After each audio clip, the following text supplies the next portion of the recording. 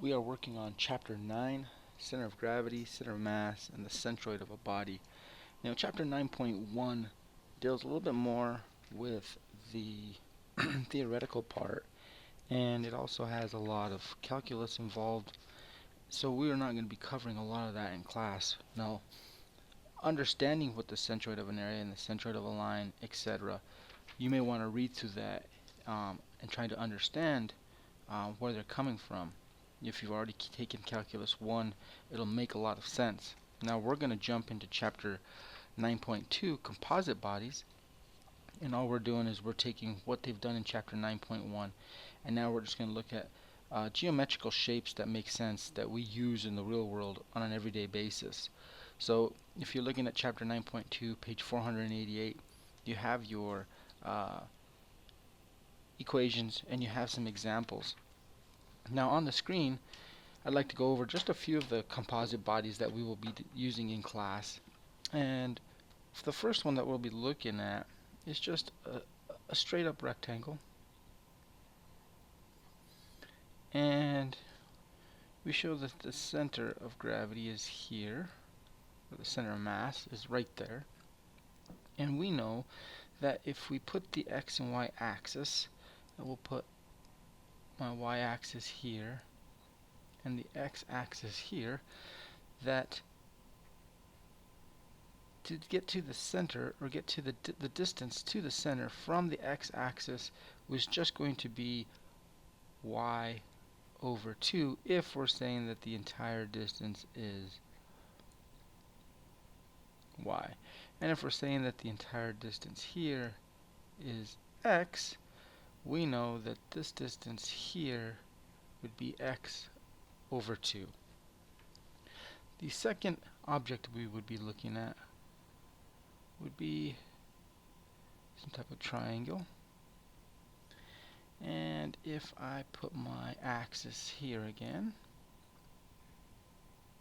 my y-axis, and my x-axis, we know that the center of gravity, after looking at our distributed loads, you guys should already kind of get a good feeling of this. My center of gravity is here, center of mass, center of gravity, and we are going to look at this distance being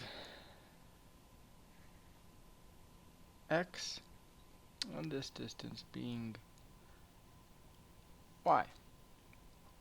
So this distance here, we know that when we were working on this in distributed loads, this is actually going to be 2/3 x, and this distance here would be 1/3 x. Now, it's going to be the same thing for here. This is going to be 1/3 x. Oh, I'm sorry, I'm just going to rewrite all that. That's kind of small for this distance here would be 1/3 y, and this distance here would be 2/3 y. Now, when we're doing this, we would call this 2/3 x from here to here, we would call that x bar. And from the x-axis up, so this 1/3 y, this distance here is going to be called y bar. And the same thing here. This distance here is y bar, and this distance here is x bar.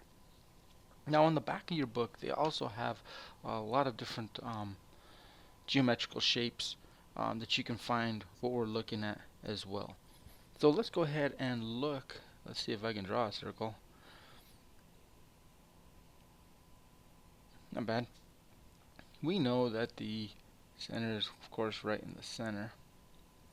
And if I drew my axis again out here, y bar and x bar, we know, again, that this would be x bar, and we would know that this again would be y bar.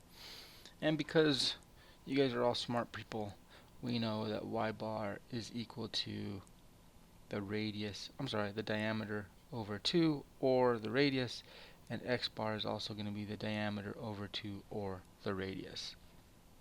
And we would have to be given the diameter of the circle in order to solve for this. And the last one I'm just going to talk about is a half circle.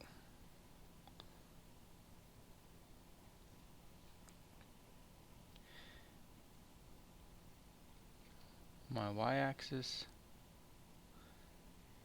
and my x-axis. Now, the center is going to be somewhere here. And I can say that this distance here is my x bar, and this distance here is my y bar. Now again, in the back of the book you can find this same exact equation, same exact information that I'm giving here. Now we know if this is half a circle, this would be our radius.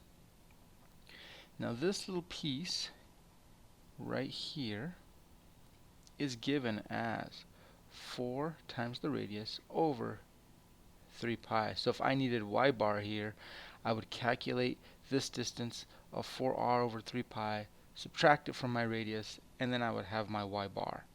And x, of course, x bar here in this case would just be d over 2, or the radius. So again, y bar would equal the radius minus 4r over 3 pi. That's an important thing. Now, if I was to give you, let's just draw some weird shape. Let's say I gave you this shape here.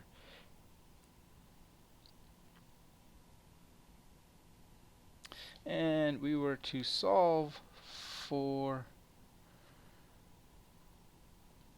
the centroid of this object. We kind of know it's going to be somewhere in here if this is symmetrical. Maybe not so far down. Maybe it's going to be a little bit further up. But not right, but not half of y, right? Because it's a little bit, because of this cutout. Something you may want to think about doing is we're going to break up these composite areas into individual composite area. So we could break it up like this, and we could find x bar for this section, x bar for this section, x bar for this section. The same thing for y bar.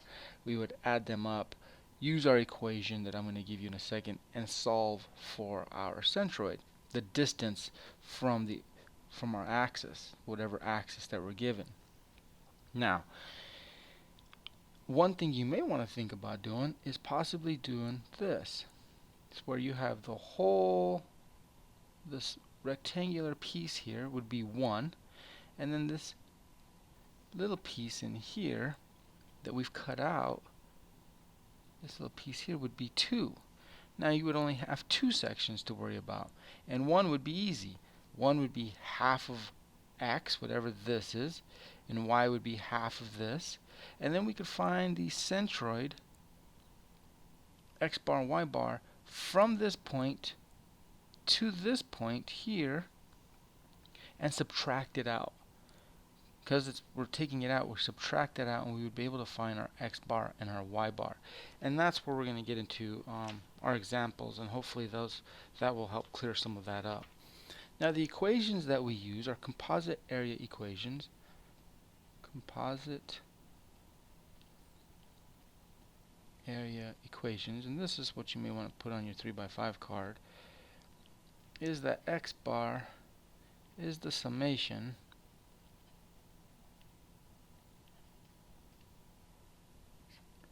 over the summation of area. So all this is here is it's the distance of x times the area. So if we were using the big number 1, it would be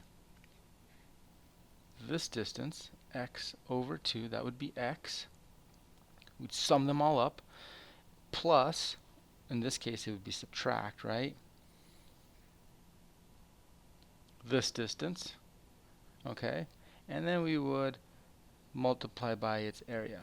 And then we would do the same thing for y bar. It's all the summations of the y distances times the a divided by the area, all the summations of the area. hopefully we'll do a couple examples. Hopefully those will help clear things up. Please read the book and read through the chapter 9.1 and just to understand what we're trying to get to, and also read chapter 9.2. Coming up in a couple of videos we will do 2 examples. Thank you.